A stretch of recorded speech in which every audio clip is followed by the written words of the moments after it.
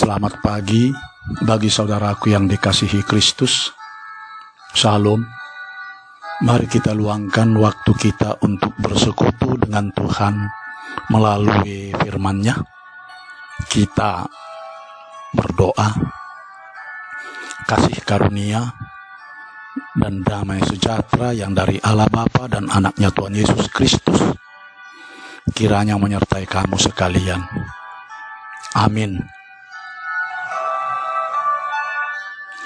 Firman Tuhan yang menyapa kita pada pagi hari ini diangkat dari kitab Nabi Yesaya pasal 57 ayat 16. Sebab bukan untuk selama-lamanya aku hendak berbantah, dan bukan untuk seterusnya aku hendak murka,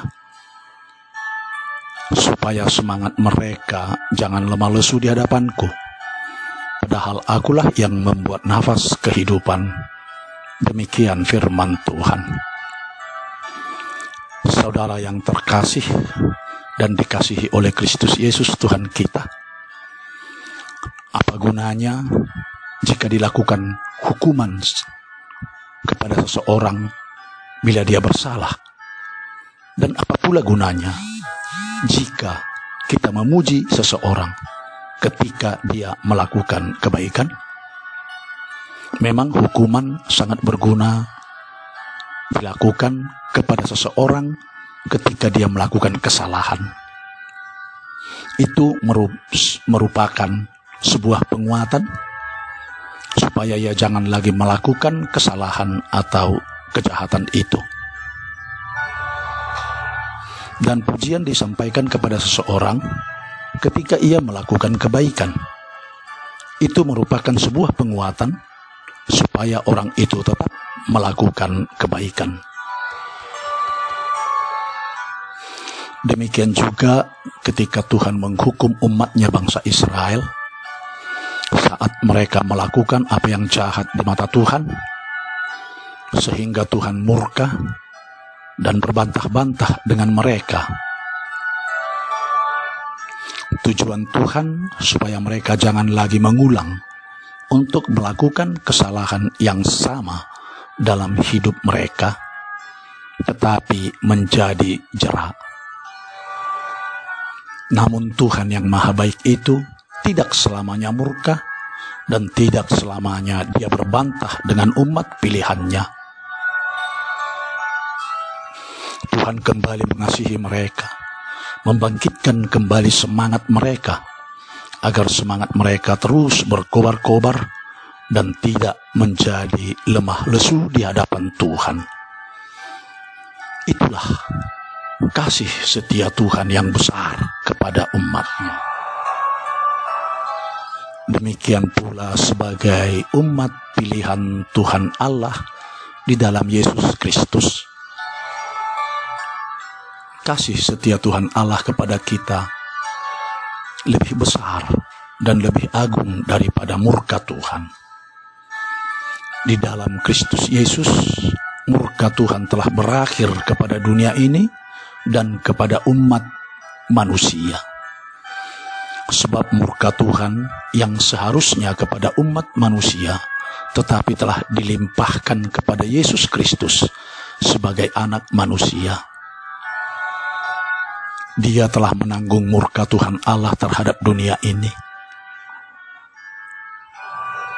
Kini kita sudah menjadi umat tebusan Tuhan, dan Tuhan tidak lagi murka serta berbantah-bantah kepada kita. Bahkan Tuhan tidak lagi membenamkan kita kepada kematian yang kekal, melainkan memberikan kita kehidupan yang kekal, kehidupan yang abadi.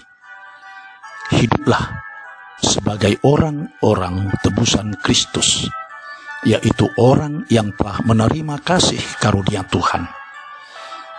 Harus hidup di dalam kasih karunia. Selamat mengasihi, selamat berkarunia. Amin. Kita berdoa. Tuhan Allah Bapa kami, Bapa yang penuh kasih karunia, di dalam Kristus Yesus Tuhan kami, kami datang menghampiri hadirat-Mu.